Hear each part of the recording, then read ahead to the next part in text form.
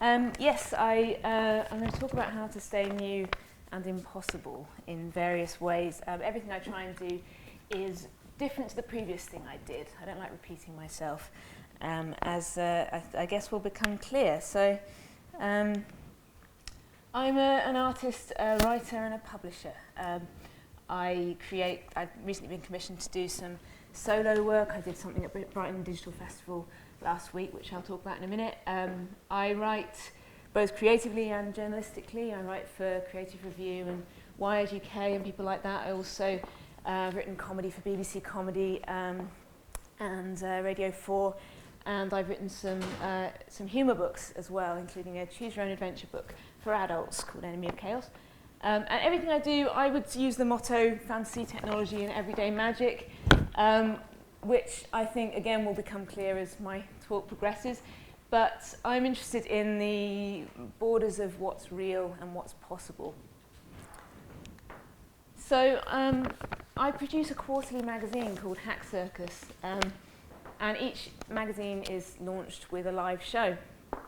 These are the last 3 issues, the last 3 covers. I have got some of the new issue. I'm going to use the laser pointer here, and in that box. So if you'd like one, do come and get one after the show.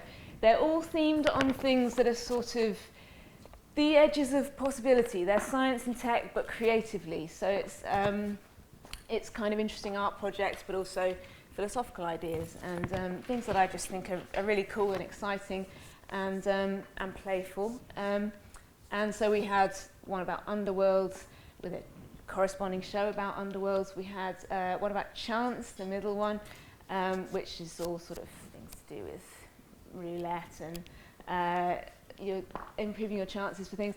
And then the latest issue was all about prediction, but I'll show you some of the insides to give you more examples.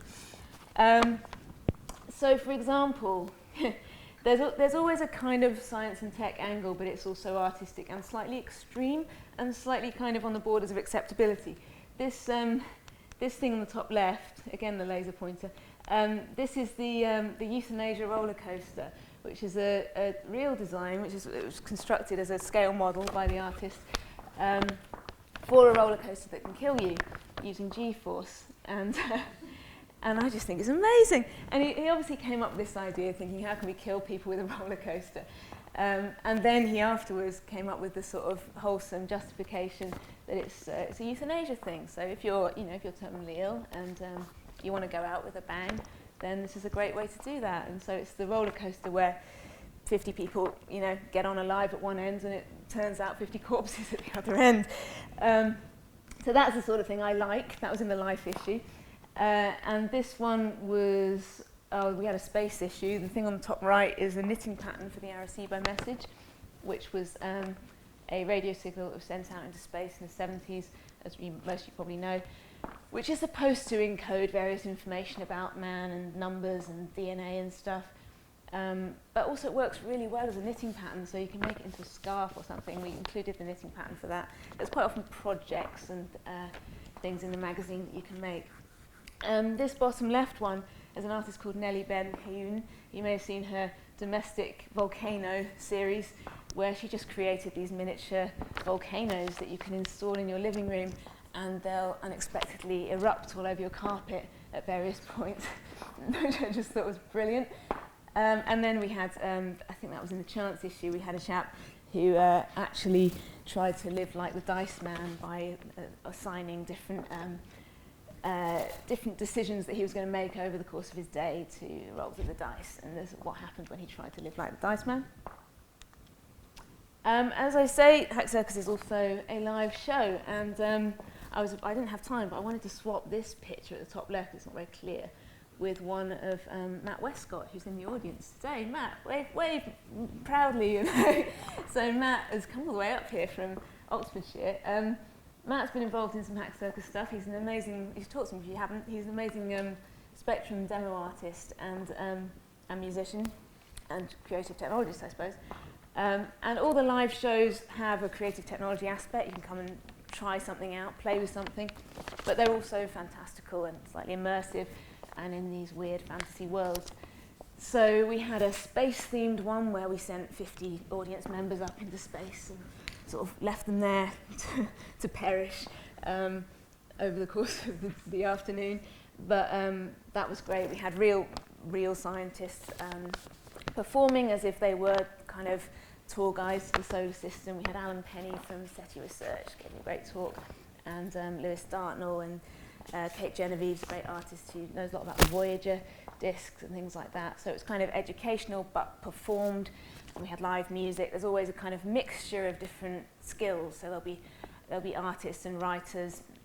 Chris Farnell's a sci-fi writer who wrote a little radio play that we heard throughout the show. So as we got further away from the solar system, it felt like we were sort of getting nearer and nearer the aliens, because we were listening to these messages from their listening post, and in a kind of alien voice.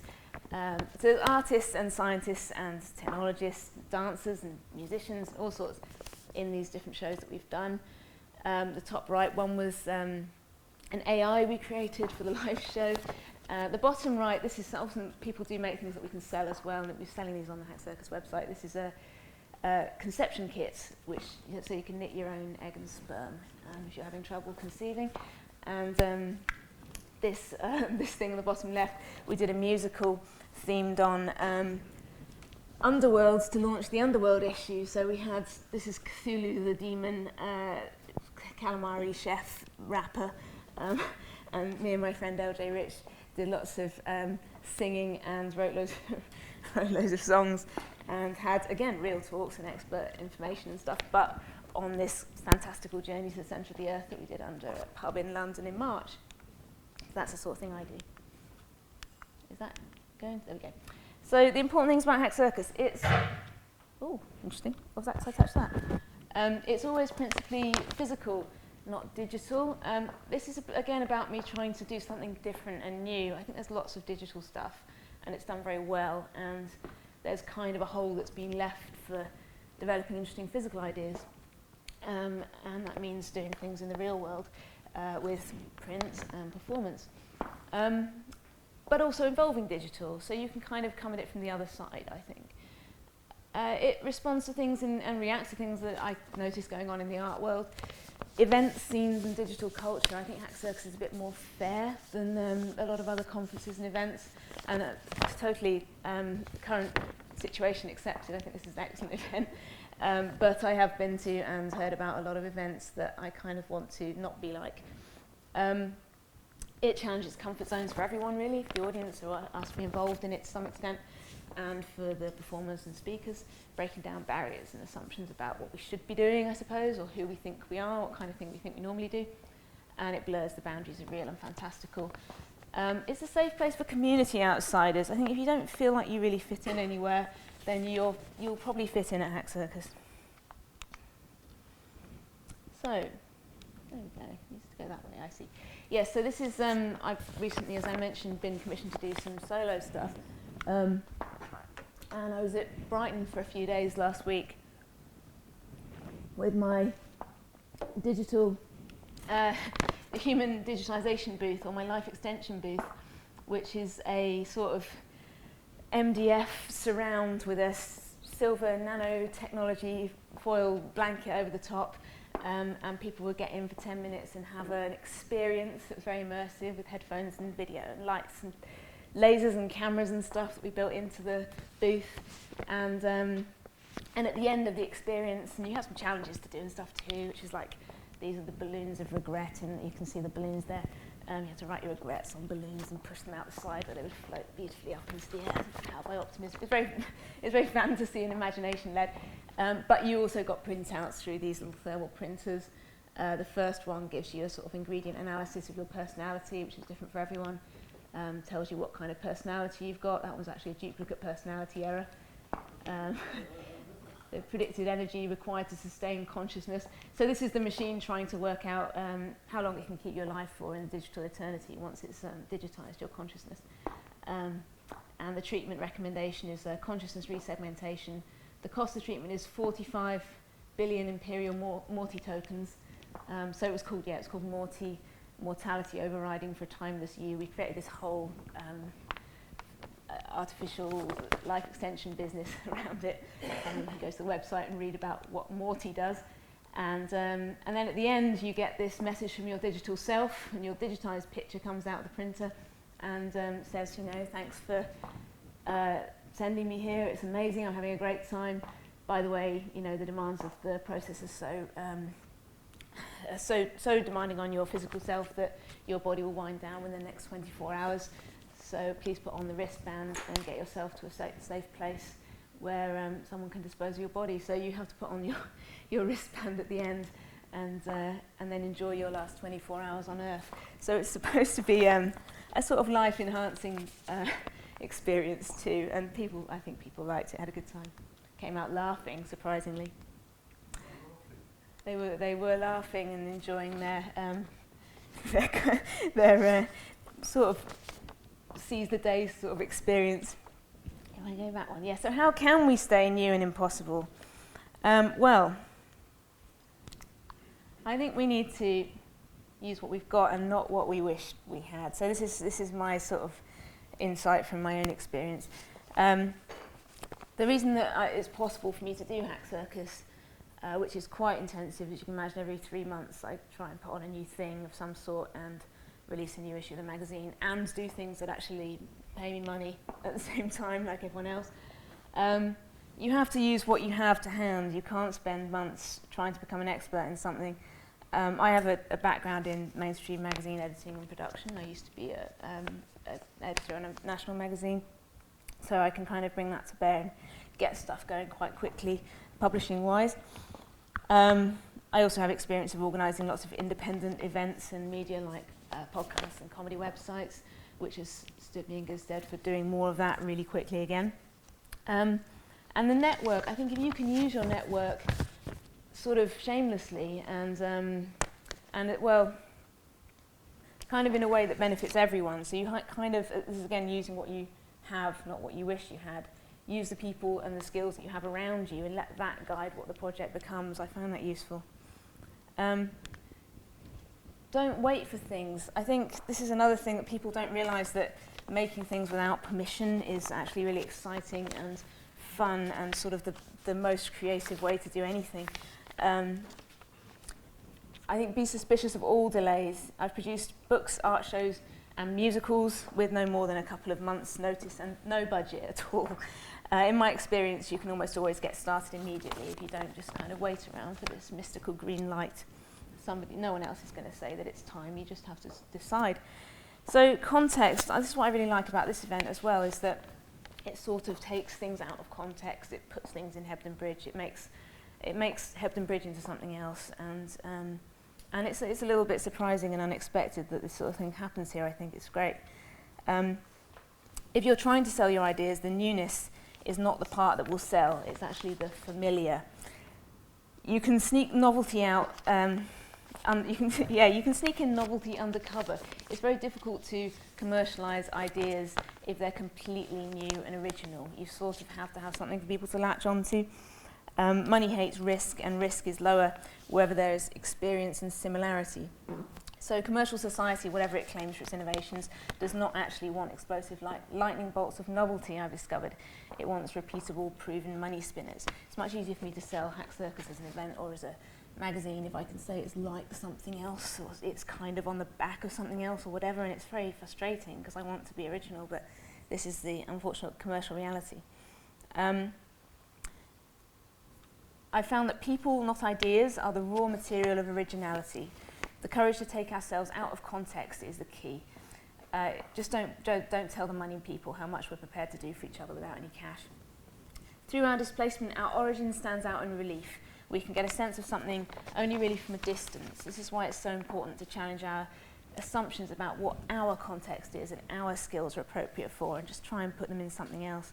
It's like wearing red in a red house all your life and then suddenly finding yourself in front of a green wall. By standing in a situation you would never normally be in, suddenly everything becomes much clearer for yourself and for the people watching you. So as an example of that, I recently went to Berlin for something called the School of Magic and Make-Believe, which was a sort of creative technology summer school run by this amazing woman, Rachel Uwa, and you should definitely look it up if you're interested in that sort of thing. And it went on over the summer, and Rachel and I somehow found ourselves spending the afternoon walking around Berlin with this sign. We're just carrying a sign, you know, what can we do with this? I was thinking about builders, and I'm always interested when I see building work going on. I always want to go in and ask them what they're doing and find out what's happening and sort of find out about their skills and just watch them for a while. So we walked past this shop that was being renovated by these builders, and they were sort of walking around, taking their tops off and stuff. So we made this sign that said, I think it was free tickets to watch the workmen for 1 minute. And just left it outside and handed out tickets to people. And they were very confused about what the hell we were doing. But it was a good it was a good urban intervention. It was good fun. And also, I guess, yeah, kind of responding to this relationship that women have with builders. It's turning that on its head a little bit, which was quite fun. Yeah, watch the men for 1 minute. Question digital, but whoops, spoilers. Shit, it's going the wrong way. There we go. Question digital, yes. Question everything, I think. Not just question digital, but digital is sort of the least questioned thing I find these days. Obviously, technology can be tremendous fun, but whenever we feel drawn to making anything, to accepting invitations, to endorsing anything technological on any level, we should bear in mind that the digital world is entirely controlled by big business. Something I'm just faced with all the time as a creative, I suppose. As artists, it affects our definitions and our direction. It affects everything. Trying to determine the point of art with technology in a scene corrupted with overwhelming consumer forces is like trying to read a compass in a magnet shop at the moment. Consumer-powered technology is such an unimaginable force for chaotic clutter that it's now even cluttering itself. We're all too familiar with the racket of demands on our attention every time we go online.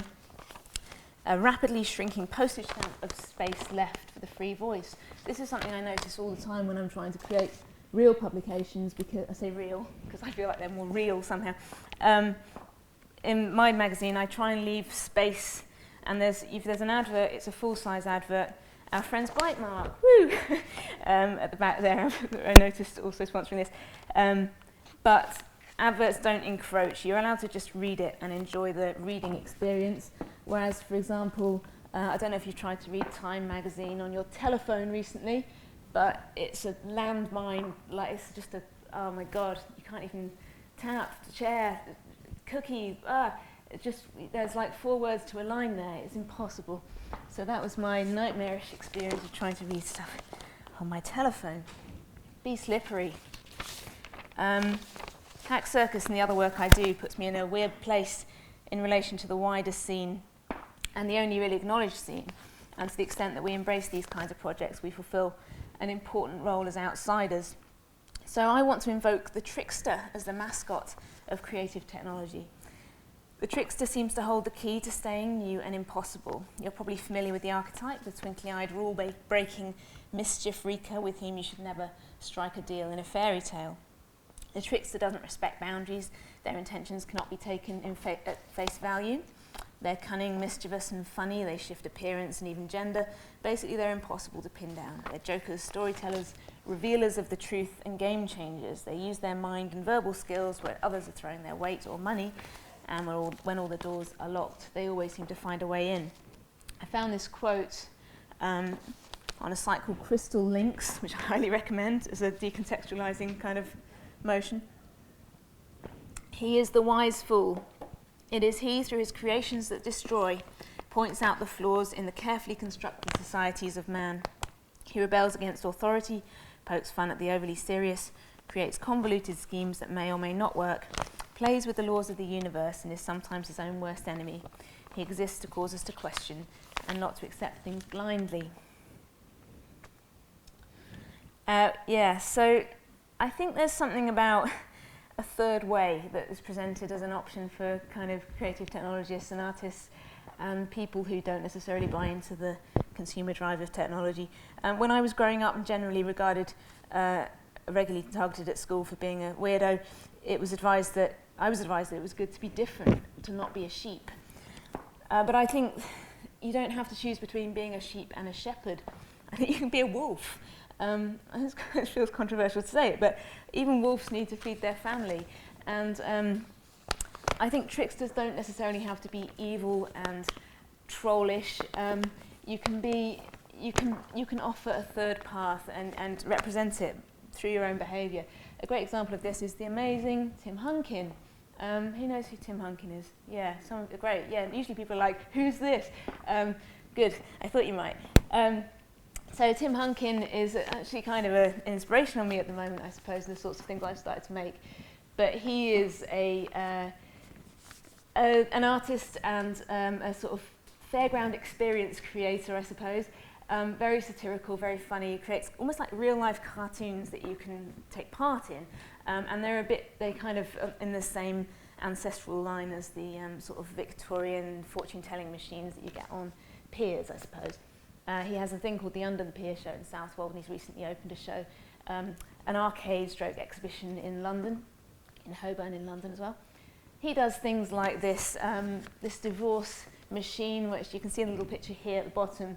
The couples who are sort of going through a divorce can fight for the house by winding the wheels left and right to split the house down the middle. He's done the Small Hadron Collider, and I'm not entirely sure how that works. I haven't had a go on it. This one I had a go on. That's my picture, actually. That's from the London arcade. This is the art critic simulator, I think. You put an object in a slot underneath, and it sort of raises up on a little lift, and the art critic waves his hand over it and then nods or shakes his head according to whether or not it's art. So you can sort of imagine where Tim gets his ideas from probably a lifetime of being told he's not an artist or something. But he's brilliant anyway. So that's the kind of thing I'm talking about.